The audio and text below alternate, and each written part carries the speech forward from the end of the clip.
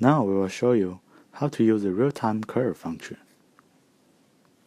Drag an area as your curve display function. Drag an area as your curve display area. And set the parameter.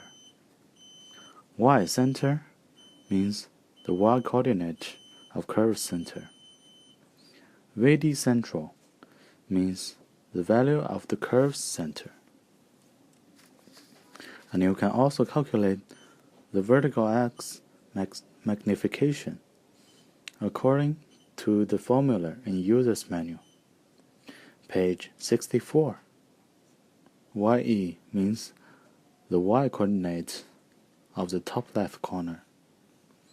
YS means the y coordinate of the bottom right corner. Vmax and Vmin means the maximum and minimum value of your curve. The data source channel we can set as 0.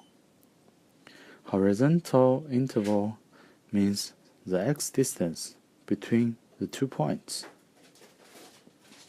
According to the User's Manual, the curve data set function is 84. The command is A558 from head. 04 command length.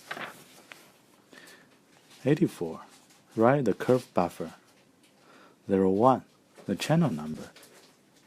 0043 is the curve value.